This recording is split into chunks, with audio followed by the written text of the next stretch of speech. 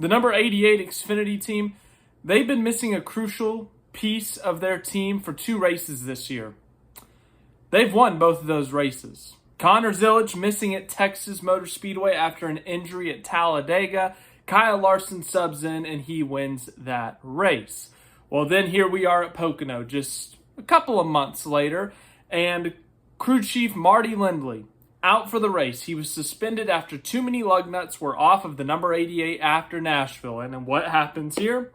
Dale Earnhardt Jr. Yes, the same Dale Earnhardt Jr. who owns the team, who has driven and won multiple Xfinity Series championships as a driver, who has won Daytona 500s in the Cup Series. He, indeed, was the crew chief today. They won today as well. It was Zilich's first ever oval victory, and it came at Pocono Raceway. It was an odd race.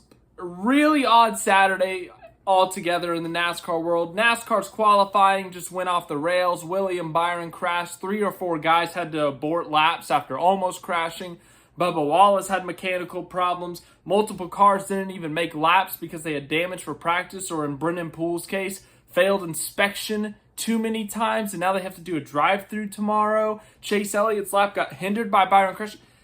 So much to process. That's only the morning, guys, okay? Now we're here in I guess technically it's the evening now, and the Xfinity race went crazy. I think we had on average a caution every 10 laps. A lot of spins, a lot of wrecks, a lot of cautions.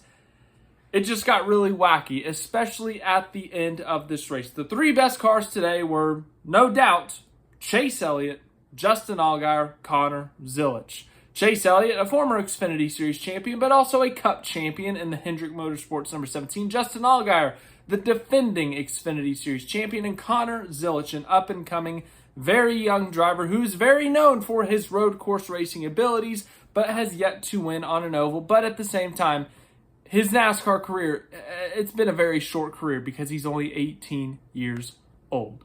So the strategies are playing out. Dale Jr. has to make strategy calls. Now, I know he has other people in his ear. He said that Steve Letarte helped him out a bit. I don't know to what capacity, obviously, but they got a lot of smart minds on the Junior Motorsports pit box helping Dale Jr. do this crew chief thing, obviously. But the different strategies are playing out. At the end of Stage 2, the 88 car stays out. They play that strategy because pitting at the end of stages, all that stuff. But anywho, the crucial moment late in this race came when Justin Allgaier and Chase Elliott were on the front row of a restart. Elliott, I believe he led the most laps. Yes, he led 38 laps in this race today. He led the most laps in this race, and he had the best car, arguably. Restarts, the top was the preferred line on these restarts. Justin Allgaier on the bottom gets a decent restart, gets a good push from Jesse Love. Jesse Love tries to take him 3 wide, and at that point, Allgaier says, "We're sending it, baby," and he missed. He missed the turn pretty badly, and as a result, he took Chase Elliott with him. So all of a sudden, the 2 best cars are basically out of contention because there's only a handful of laps to go. There ends up being another caution, and all of a sudden, Connor Zilisch, who, as I said, he was one of the best 3 cars all day. He wasn't quite to the level of Allgaier or Elliott. At times, he was better than Allgaier, I would argue, but not quite as good as Elliott. But after this, Connor Zilisch was in the driver's seat, but he actually had to get through a few cars first. Now, this caution comes out, and it comes down to him, and guess who? That's right. Close friend Jesse Love. But they had to battle this thing out for the win. Might I say, in this NASCAR era, when we see chaos, late race restarts, people dumping each other, people going 4 wide for no reason, sending it, bumping people, pinching people in the wall, it was very refreshing to see 2 extremely young, talented drivers duke it out without bumping each other, wrecking each other, spinning each other out, just racing cleanly. It was very satisfying to watch, I will say that. But this is a big day. I said it the other day when this was announced, but this is going to be a very odd trivia fact in about 20 years. Who was the first ever crew chief for Connor Zilisch when he won his first oval race in a NASCAR National Series race? The answer is Dale Earnhardt Jr. Now, Dale Earnhardt Jr., he did the traditional crew chiefing role. He coached up his driver, kind of encouraged his driver, Connor Zilisch. He told him the play calls and whatnot. Also did some stuff on the pit wall. The crew chief these days has a lot to do, on the wall, catching the tires, pushing the tire out to the tire carrier, the tire changers and all that. So Dale Jr. had his hands full. He had talked about earlier in the weekend that he was actually kind of looking forward to this because usually he just shows up to the track these days and he's either in the booth calling a race or he's the car owner where he doesn't actually do much. He doesn't get to touch the car. He doesn't get to call the shots. He doesn't get to do any of that, I guess, more competitive stuff. Whereas this weekend, he got to do that competitive stuff. He got to call the shots. He got to talk to the driver for the majority of the race. He got to get over the wall, not over the wall, but he got to lean over the wall to hand out tires, get some tires back. So Dale Earnhardt Jr., 1-0 in his crew chiefing Xfinity Series career. Will he crew chief again? I don't know. If I were him, I'd retire at 1-0 of crew chiefing, but I'm not Dale Jr. But Connor Zilisch, as I said earlier, highly rated prospect. He's going to do a lot of things in his NASCAR career, so it's no shock to see him do this well. We know how good he is at the road courses with his upbringing, doing everything the road racing people do, going to Europe and whatnot. But it's no shock to see him do well there. It's no shock to see him win at COTA earlier this year. No shock to see him be arguably the best car at Mexico last week, despite what happened to him late in the race.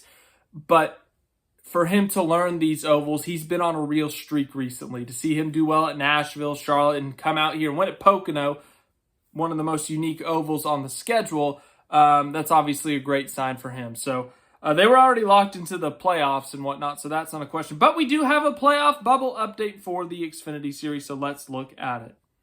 Obviously, Allgaier, Hill, Zilich, Sammy Smith, Jesse Love, Brandon Jones, those guys have all won. They're in the playoffs. Sam Mayer, huge cushion. Should be to the good, you would think.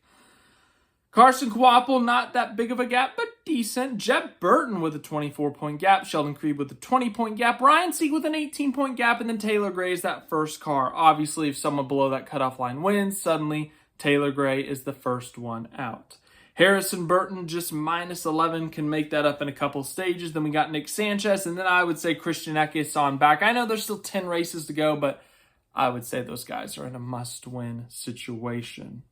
And another funny note, Dale Jr. has talked about in the past that, when a driver gets out the roof hatch to celebrate the win, they're probably cheating. The crew chief probably cheated up the car and told him to get out the roof hatch. Well, Connor Zilisch got out the roof hatch.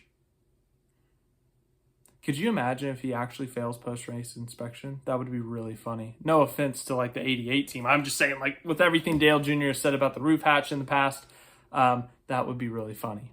But Dale Jr. undefeated in his crew chiefing career. Zilich gets his first oval victory. Bizarre day in NASCAR. As I said, we got the Cup Series race at Pocono tomorrow. Should be an exciting one, so I'm looking forward to it. We got a really wacky top 10. Cole Custer and John Hunter Nemechek are starting in the top 5. We got names like Byron, Larson, mired back way in the back of the field. So, it should be an exciting one tomorrow. I'm looking forward to it. But that's Saturday in the NASCAR world. Any other updates that happen, I'll let you know. I'll do my best to let you know. But yeah, Pocono tomorrow should be fun.